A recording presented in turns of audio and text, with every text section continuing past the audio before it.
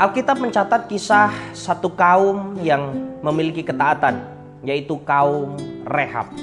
Yeremia pasal 35 ayat 1, 2, dan 6 mencatat kisah tersebut. Yeremia pasal 35 ayat 1, 2, dan 6. Firman yang datang dari Tuhan kepada Yeremia di zaman Yoyakim bin Yosia Raja Yehuda bunyinya, "Pergilah kepada kaum orang Rehab, bicaralah dengan mereka, dan bawalah mereka ke rumah Tuhan, ke dalam satu kamar, kemudian berilah mereka minum anggur." Tetapi mereka menjawab, kaum Rehab menjawab, "Kami tidak minum anggur, sebab Yonadab bin Rehab, bapa leluhur kami, telah memberi perintah kepada kami, katanya, janganlah kamu atau anak-anakmu pun minum anggur sampai selama-lamanya." Kaum Rehab taat kepada perintah Yonadab, bapa leluhur mereka, untuk tidak meminum anggur. Sekalipun diuji oleh Yeremia, dibawa ke kamar, ke salah satu kamar di rumah Tuhan, dan mereka disiapkan anggur, dipersilahkan minum, tetapi mereka berkata, "Kami tidak minum anggur." Luar biasa, ketaatan yang luar biasa. Tidak ada yang melihat, tidak ada yang tahu, ada di tempat tersembunyi, tetapi dia tetap taat kepada perintah itu. Taat dalam bahasa terjemahan asli dituliskan, diartikan sebagai mendengar untuk dilakukan. Mendengar untuk dilakukan, dan kaum Rehab melakukan itu. Mereka mendengar perintah dan mereka melakukan, memeliharanya sampai selama-lamanya. Dan ini sesuatu yang luar biasa. Kita sebagai orang-orang percaya seharusnya juga melakukan hal yang sama. Ketaatan tanpa batas. Dimanapun, kondisi seperti apapun, ada orang atau tidak ada orang yang memperhatikan, kita tetap taat, memelihara perintah itu dan melakukannya.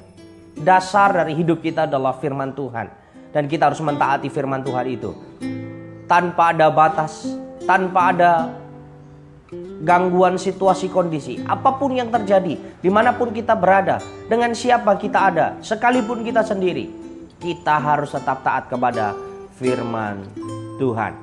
Hari ini kita akan melanjutkan ini. Bagaimana teladan kisah ketaatan.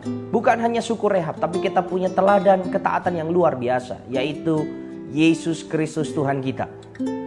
Satu pribadi yang sungguh-sungguh taat.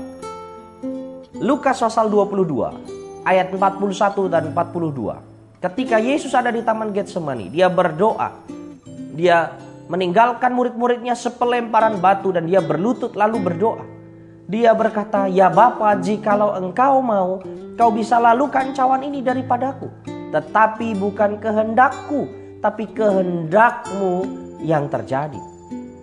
Yesus ada seorang diri, dan dia memberi diri untuk tetap taat. Di dalam ketaatan mengandung dua unsur yang saya tangkap dari sini. Yang pertama, yaitu unsur hormat. Unsur hormat. Di dalam ketaatan mengandung unsur hormat. Seseorang yang hormat kepada sang pemberi perintah, kemanapun dia pergi, dia dimanapun dia berada, dengan siapapun, dia akan hormat kepada sang pemberi perintah, dan dia akan memilih untuk taat. Di dalamnya membutuhkan kerendahan hati. Kerendahan hati untuk hormat kepada sang pemberi perintah dan untuk menjadi taat. Unsur yang kedua, di dalam ketaatan mengandung unsur kasih. Orang yang taat, orang yang mengasihi sang pemberi perintah. Untuk bisa mengasihi, dia butuh usaha, dia butuh keberanian untuk memberikan dirinya untuk taat oleh karena kasih. Kalau kita mengasihi, kita akan berjuang untuk taat. Kalau kita mengasihi, kita berani memberi diri untuk taat. Berani berkata tidak kepada keinginan diri sendiri dan berkata ya kepada kehendak sang pemberi perintah. Bukankah itu yang Yesus lakukan? Dia berkata tidak kepada keinginan diri sendiri. Keinginannya adalah cawan itu lalu daripadanya. Tetapi dia berkata ya kepada kehendak Bapa yang memberikan perintah itu. Bagaimana dengan kita? Maukah kita tunduk, taat dengan penuh hormat dan kasih? Anugerah Tuhan akan menolong kita. Anugerah Tuhan akan memampukan kita untuk hidup di dalam ketaatan yang penuh rasa hormat dan kasih. Kita akan memelihara perintah ketaatan itu sampai selama-lamanya tanpa batas.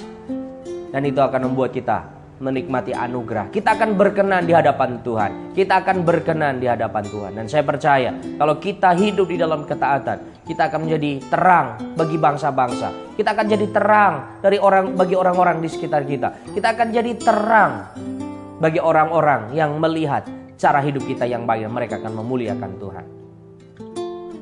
Mari belajar untuk taat. Mari dorong diri kita untuk hidup dalam ketaatan. Mari berusaha, mari berjuang, mari memberi diri. Mari dengan penuh kerendahan hati hidup di dalam ketaatan kepada firman Tuhan. Tuhan Yesus memberkati kita semua. Biar hari ini menjadi hari yang penuh berkat.